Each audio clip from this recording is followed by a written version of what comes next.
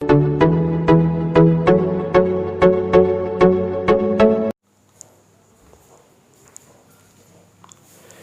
Student, welcome back to my channel या बालाजी. जसा की डेली बेसिसवर आपला जो इंट्रो होत असतो तशाच पद्धतीचा इंट्रो आजही. वेलकम बॅक माय चॅनल AI बालाजी. तुमचं भरपूर स्वागत आहे या व्हिडिओ लेक्चरमध्ये. तर या व्हिडिओ लेक्चरमध्ये आपण डिस्कस करणार आहे मेकॅनिझम ऑफ रेस्पिरेशन. तर मेकॅनिझम ऑफ रेस्पिरेशनचा ऑल जो कॉन्सेप्ट आहे तो कॉन्सेप्ट आपण या लेक्चरमध्ये डिस्कस करणार आहे. क्लिअर? तर तुमचे बुक्स काढून बसून जा, तुम्ही नोट्स पण बनवा. आपण डिस्कस करणार आहे मेकॅनिझम ऑफ रेस्पिरेशन काय असतं. ठीक आहे? तर थोडं लक्ष द्या, कॉन्सन्ट्रेशन लक्ष दिलं तर तुम्हाला सगळ्या गोष्टी क्लिअर होऊन जातील की रेस्पिरेशन कशाला म्हणतात. सिंपली पहिले डेफिनेशन पाहून घेऊ आपण. ठीक आहे? चला इकडे लक्ष द्या मग सगळेच्या सगळे कॉन्सन्ट्रेशन ना. तर मेकॅनिझम ऑफ रेस्पिरेशन, तर रेस्पिरेशन पाहू आपण कशाले म्हणतात. तर line by line first number तर दिलेला आहे की रिस्पिरेशन. बघा काय दिलेलं आहे तुम्हाला, respiration is the biological process. काय तुमचं इज द बायोलॉजिकल. कोणती प्रोसेस आहे तुमची? Biological process. Clear? Biological process. आपण थोडे याला एक्सप्लेन करून टाकू, धीरे धीरे समोर जाणार आहे. ठीक आहे? जास्त कठीण आहे का? नाही, काहीच कठीण नाही. बघा इकडे लक्ष द्या. Respiration is the biological process. Biological म्हणजे जे लिव्हिंग ऑर्गॅनिझम करतात. बायो म्हणजे लिव्हिंग होते, अलग लक्षात. बायोलॉजिकल प्रोसेस फक्त लिव्हिंग ऑर्गॅनिझम याला परफॉर्म करतात. ज्यावेळेस आपण लिव्हिंग ऑर्गॅनिझमचे कॅरेक्टरिस्टिक पाहिले किंवा पाहणार, तुमचा चॅप्टर व्हाच मी स्टार्ट करणार आहे आता ते, त्यावेळेस आपण बघितलं की रिस्पिरेशन पण एक कॅरेक्टरिस्टिक आहे तुमच्या लिव्हिंग ऑर्गॅनिझमचं. ठीक आहे? तर म्हणून फर्स्ट वाक्य काय दिलेलं आहे की respiration is the biological process which involve. बघा त्याच्यामध्ये काय इन्व्हॉल्व होते? इन्व्हॉल्व वन बाय वन आपण म्हणजे बेसिकली काय की डेफिनेशन तोडून पाहणार आहे कोणकोणते इम्पॉर्टंट पोर्शन आहे जे की तुम्हाला लक्षात येईल. ठीक आहे? Involve the exchange of gases. ठीक आहे? Involve exchange of gases. ठीक आहे? सोबतच आपण एक्सचेंज ऑफ गॅसेस म्हणजे याच्यामध्ये काय केल्या जातात? गॅसेस एक्सचेंज केले जातात. कोणकोणते रिस्पिरेटरी गॅसेस आहेत? त्याच्यामध्ये सगळ्यात पहिले काय तुमचा ऑक्सिजन आणि त्यानंतर काय तुमचा CO2 कार्बन डायऑक्साइड आणि ऑक्सिजन. हे काय आहे तुमचे रिस्पिरेटरी गॅसेस आहे. क्लिअर? अलग लक्षात. बघा म्हणजे बेसिकली काय करणार आहे आपण? ऑक्सिजन घेणार आहे. ठीक आहे? घेत असताना बघा थोडं ऑब्झर्वेशन लक्षात द्या, कारण की आपल्याला रिस्पिरेशन म्हणजे ब्रिदिंग पाहणं आहे. ब्रिदिंग मध्ये आपण पाहणार आहे इन्स्पिरेशन आणि एक्सपिरेशन. तर बेसिकली काय ऑक्सिजन घेणे, बघा ऑक्सिजन घेणे आणि CO2 रिलीज करणे हे प्रोसेस आहे. ठीक आहे? तर मग कोणकोणते गॅसेस इन्क्लूड केल्या जाईल याच्यामध्ये? ऑक्सिजन इन्क्लूड केला जाईल आणि CO2 पण इन्क्लूड केल्या जाईल. कशामध्ये? तुमच्या एक्सचेंज ऑफ गॅसेस. इथपर्यंत डेफिनेशन लक्षात आली. Respiration is the biological process, exchange of gases between. Third काय दिलेलं तुम्हाला? बिटवीन. ठीक आहे? बिटवीन कशामध्ये होतं तुमच्या? Lungs. Between lungs and atmosphere. ठीक आहे? Lungs and atmosphere. आणि त्याच्यानंतरचा फोर्थ पॉईंट पण लिहून टाकू आपण, ॲटमॉस्फिअर अँड इट्स रिझल्ट. ठीक आहे? याचा रिझल्ट काय आहे? इट रिझल्ट लिहून टाकू आपण. Result formation of result. याचा रिझल्ट काय तुमचा? Formation of ATP. Formation of ATP. ठीक आहे? तर फायनली काय होणार आहे तुमचं? ह्या गॅसेस एक्सचेंज जे आपण करणार आहे, ब्रिदिंग जे करणार आहे, याचं फायनल बेसिकली रिस्पिरेशन म्हणजे नेमकं काय? टोटली या कॉन्सेप्ट याच्यामध्ये आला तर एंड रिझल्ट काय भेटते? Result in formation of ATP.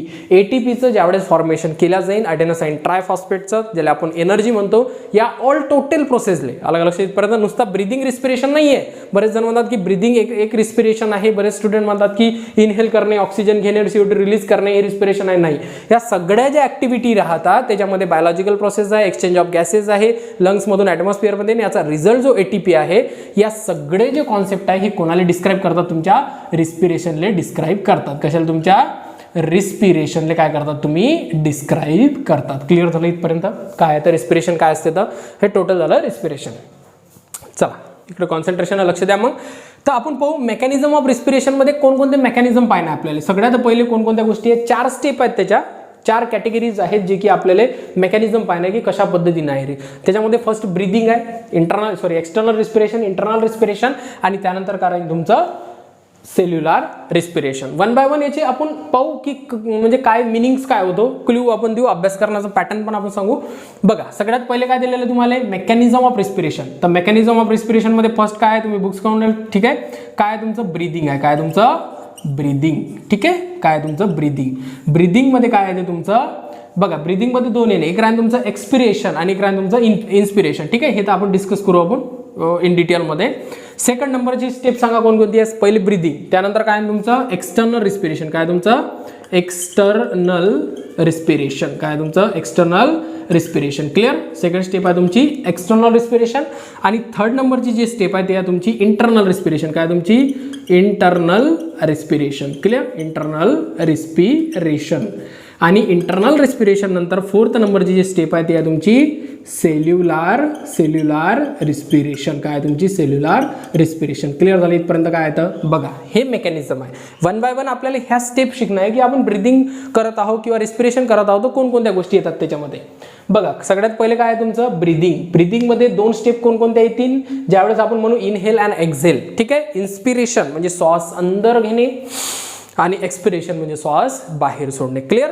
हे मेकॅनिझम आपण कुठे पाहणार आहे तुमच्या ब्रिदिंगमध्ये. नंतर काय तुमचं एक्सटर्नल रिस्पिरेशन आहे. एक्सटर्नल रिस्पिरेशन म्हणजे बेसिकली काय अल्व्हिलाय बेसिसवर झालेलं जे रिस्पिरेशन राहते त्याला आपण एक्सटर्नल रिस्पिरेशन असे म्हणतात. तर आपण स्पेशली याच लेक्चरमध्ये कव्हर करणार आहे. हे जे दिसते तुम्हाला अल्व्हिलायच्या बिलकुल जवळ एकदम एक्झॅक्टली जी की तुमची मेम्ब्रेन्स आहे, या मेम्ब्रेनमध्ये काय राहतात तुमची ब्लड कॅपलरी राहतात आणि ही ब्लड कॅपलरी काय करतात सिंपल डिफ्युजन प्रोसेसनं. सिंपल डिफ्युजन प्रोसेस जे आहे जसं की higher partial pressure to lower partial pressure आणि जे की ऑब्विसली गोष्ट आहे की कोणतीही म्हणजे एक सिंपल डिफ्युजनचा कॉन्सेप्ट तुम्हाला माहिती आहे.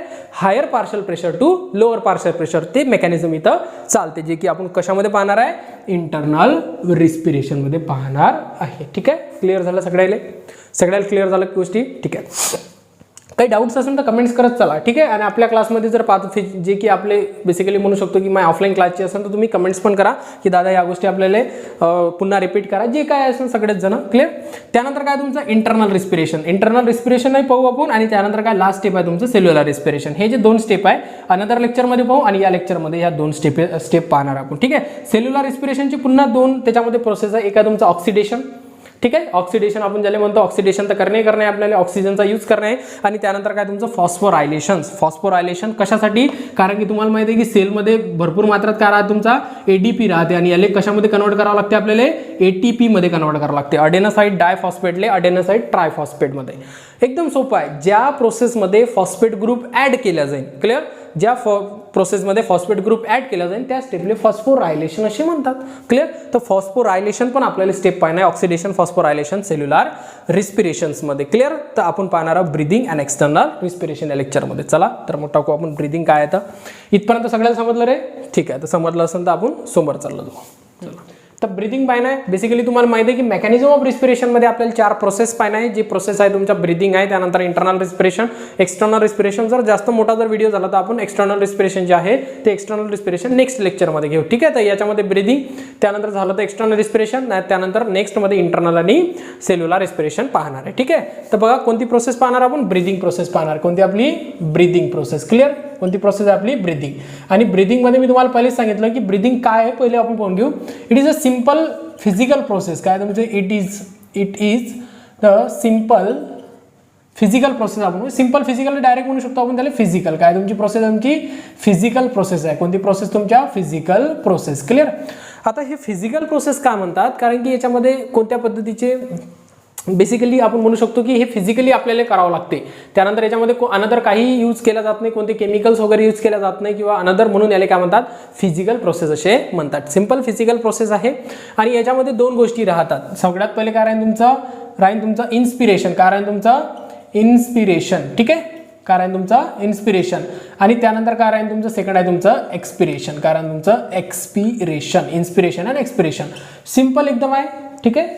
काही कठीण आहे का त्याचा मिनिंग काढण्यासाठी. इन म्हणजे आत होते एक्स म्हणजे बाहेर होते. इन्स्पिरेशन म्हणजे नेमकं काय ज्यावेळेस आपण ऑक्सिजन इनहेल करणार ज्यावेळेस अंदर घेणार त्या प्रोसेसला आपण इन्स्पिरेशन असे म्हणू. क्लिअर.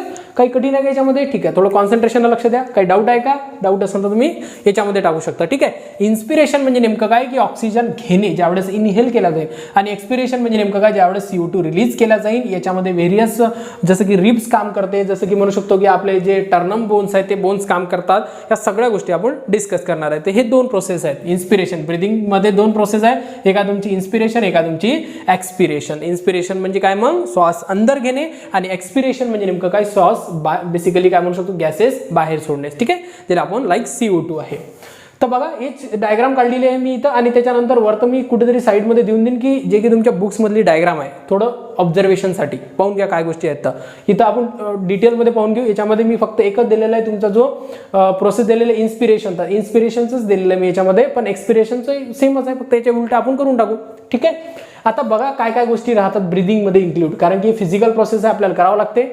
बघा रिप गेज आहे याच्यामध्ये, बघा rip gauge move to the up and down direction, up and down direction. म्हणजे बेसिकली काय, जे की तुमचे रिब्स आहेत, रिब्स अँड स्टर्नम जे आहे मिडलमध्ये, जे रिब्स जिथं अटॅचमेंट राहतात ते काय होतं तुमचे, due to muscle contraction and relaxation. ठीक आहे. मसल कॉन्ट्रॅक्शन अँड रिलॅक्सेशनच्या कारणाने त्याचं व्हॅल्यूम इन्क्रीमेंट होते, अप डाऊन केल्या जाते. बघा आता पहिली जे प्रोसेस आहे ती आहे तुमची इन्स्पिरेशन. कोणती प्रोसेस आहे तुमची, इन्स्पिरेशन. इन्स्पिरेशन मध्ये होते काय, श्वास अंदर चालला. क्लिअर. इन्स्पिरेशन म्हणजे काय, श्वास अंदर चालला, म्हणजे बेसिकली ऑक्सिजन आपल्या बॉडीच्या अंदरमध्ये चाललं. क्लिअर. तर मग ऑक्सिजन अंदर जात असताना पहिली गोष्ट तर काय, ही कोणती प्रोसेस आहे तुमची, ऍक्टिव्ह प्रोसेस आहे. लक्षात ठेवा कोणती प्रोसेस आहे तुमची, active process. Active process and passive प्रोसेसचा काय झंझट आहे ते पण तुम्हाला क्लिअर करून देतो.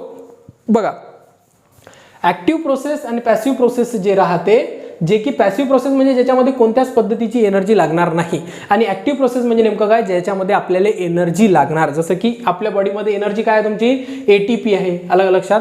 ऑब्विसली गोष्ट आहे की जर तुम्ही इन्स्पिरेशन करत असाल, ठीक आहे, ज्यावेळेस तुम्ही इन्स्पिरेशन करत आहे तर डायफ्राम कॉन्ट्रॅक्ट होत आहे, आणि कॉन्ट्रॅक्ट होत असताना आजूबाजूचा मसलचा ज्याच्यामध्ये यूज आहे, तर मग मसल ज्यावेळेस म्हणजे बेसिकली मूवमेंट म्हणू शकतो की एक ऍक्शन करा, तर त्यासाठी आपल्याला एनर्जीची जरूरत लागेल ATP साठी. ठीक आहे. तर मग इथं होते काय बघा, की आपल्या पहिली गोष्ट तर काय, कोणती प्रोसेस आहे, ऍक्टिव्ह प्रोसेस आहे इन्स्पिरेशन, ज्याच्यामध्ये एनर्जी खर्च करावं लागते. क्लिअर. अगेन्स्ट काय त्याच्यामध्ये बघा, इन्स्पिरेशन मध्ये होते काय, की हे जे डायफ्राम आहे, हे डायफ्राम बेसिकली रिलॅक्स फॉर्म मधून कॉन्ट्रॅक्शन होतात. काय होतात, diaphragm contract and move the down direction, ज्याला आपण काय म्हणतो इन्स्पिरेशन, डाऊन डायरेक्शन होते. ठीक आहे.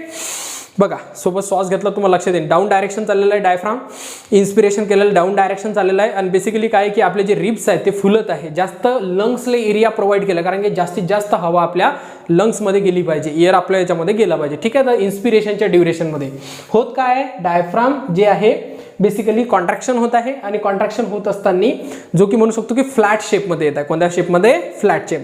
ठीक आहे. आणि त्याचा जो ओरिजिनल शेप आहे तो काय तुमचा डोन शेप आहे. जसं की हा तुम्हाला डोन शेप दिसते, आणि हे जो डोन शेप आहे कमी कमी होत जाणार, आणि फायनली तुमचे जे ॲटमॉस्फेरिक ऑक्सिजन आहे किंवा अनदर गॅसेस पण जातात, नुसता ऑक्सिजन जात नाही, पूर्णतः एअर म्हणू आपण सिम्पली जर म्हटलं तर एअर चालला जाईल. या प्रोसेसला काय म्हणतात, इन्स्पिरेशन असे म्हणतात, जी की काय तुमची ऍक्टिव्ह प्रोसेस. त्याच्यामध्ये रिब्स, स्टर्नम वगैरे, त्यानंतर मसल्स पण काम करत असतात. क्लिअर. त्यानंतर बघा इथं मी तुम्हाला डायग्राम देत आहे, जे की पुस्तकाची डायग्राम, याला ऑब्झर्वेशन करा. बघा काय दिलेलं आहे, बाण वगैरे कसं दाखवलेलं आहे हे पाहून घ्या. याच्यामध्ये तुम्हाला लक्षात येईल की इन्स्पिरेशन काय असते. क्लिअर दिसते तुम्हाला ऑब्झर्वेशनमध्ये, डायफ्राम कॉन्ट्रॅक्ट होत आहे, आणि फायनली काय होतं तुमचे ऑक्सिजन, एअर जे वरतून दिसते एअर काय येतं तुमच्या लंग्समध्ये येत आहे. क्लिअर. बघा आता सेकंड जे प्रोसेस आहे, ही प्रोसेस आहे तुमची एक्सपिरेशन. एक्सपिरेशन प्रोसेस काय, हे बेसिकली पॅसिव्ह प्रोसेस आहे. कोणती प्रोसेस आहे, पॅसिव्ह, ज्याच्यामध्ये एनर्जी आपल्याला लागत नाही. क्लिअर. म्हणजे बेसिकली काय की ज्यावेळेस आपण अंदर इन्स्पिरेशन केलं तर एक्सपिरेशन होऊन जाते. त्याचं कारण काय की आपलं पार्शियल प्रेशर मेंटेन करणे आपल्याला ॲटमॉस्फेरिक आणि आपल्या लंग्सचं. ठीक आहे. तर मग होणार काय की एक बघा एक्सपिरेशनच्या टाईममध्ये काय होते तुमचं, म्हणजे basically relaxation of diaphragm muscle. Diaphragm muscle काय होणार तुमचा, रिलॅक्स होईल. रिलॅक्स म्हणजे नेमकं कोणती, जे की त्याची डोन शेप आहे दिसते तुम्हाला, ही डोन शेप आहे. ही डोन शेप काय होऊन जाईल, तो नॉर्मल पोझिशनला येऊन जाईल, आणि नॉर्मल पोझिशनला येत असताना बेसिकली एरिया कमी होऊन जाईल लंग्समधला. आणि बघा दोन डायग्राम एक्सप्लेन करा, एक्सप्लेन केल्यापेक्षा थोडी ऑब्झर्वेशन करा. बघा ही डायग्राम दिसते तुम्हाला, आणि पहिली जी डायग्राम होती ती थोडी फुलली होती, आणि त्यानंतर काय ही डायग्राम कमी झालेली आहे. कारण की काय की जो इनहेल जो प्रोसेस आहे, सॉरी एक्झेल जे प्रोसेस आहे, म्हणजे बेसिकली काय की एअर बाहेर काढण्याची प्रोसेसले काय होते की तुमचे रिब्स अँड स्टर्नम आहे ते कॉन्ट्रॅक्ट होऊन जातात. त्यानंतर बेसिकली काय होते की आपले जे डायफ्राम आहे ते ओरिजिनल पोझिशनला येऊन जाते, आणि या टाइमला काय म्हणतो आपण एक्सपिरेशन असे म्हणतात, जे की काय करते, CO2 रिलीज करते. काय करते, CO2 रिलीज करते. क्लिअर झालं इथपर्यंत. सिंपल आहे. ब्रिदिंगचा काही प्रश्नच नाही. एवढं लक्षात ठेवा की breathing it is a physical process, ज्याच्यामध्ये इन्स्पिरेशन अँड एक्सपिरेशन राहतात. रिब्स आहेत, स्टर्नम आहे, डायफ्राम्स आहे, जे की व्हेरियस जे मसल्स आहेत ते याचे परफॉर्म करतात. त्याचे दोन type, inspiration and expiration. Inspiration म्हणजे श्वास अंदर घेणे, आणि एक्सपिरेशन म्हणजे श्वास म्हणजे बेसिकली CO2 रिलीज करणे, याला हे प्रोसेस म्हणतात, आणि फायनली असे परफॉर्म होत असतात. क्लिअर. इथपर्यंत क्लिअर झालं. काही डाऊट्स आहेत का? मी डायग्राम पण तुम्हाला देऊन दिलेले आहे त्याच्यामध्ये, ठीक आहे. काही डाऊट्स याच्यामध्ये? झालं, थोडासा मोठा व्हिडिओ झालेला आहे. नेक्स्ट लेक्चरमध्ये आपण 2 प्रोसेस कंप्लीट करू. एक आहे तुमचा इंटरनल रिस्पिरेशन आणि त्यानंतर काय तुमचा जे की तुमचं एक्सटर्नल रिस्पिरेशन आणि त्यानंतर इंटरनल रिस्पिरेशन. क्लिअर? जर काही डाऊट्स असेल तर तुम्ही कमेंट्स बॉक्समध्ये कमेंट्स करू शकता. आणि अनदर जर तुम्हाला हा व्हिडिओ आवडला तर नक्की चॅनलला सबस्क्राईब करा. ठीक आहे.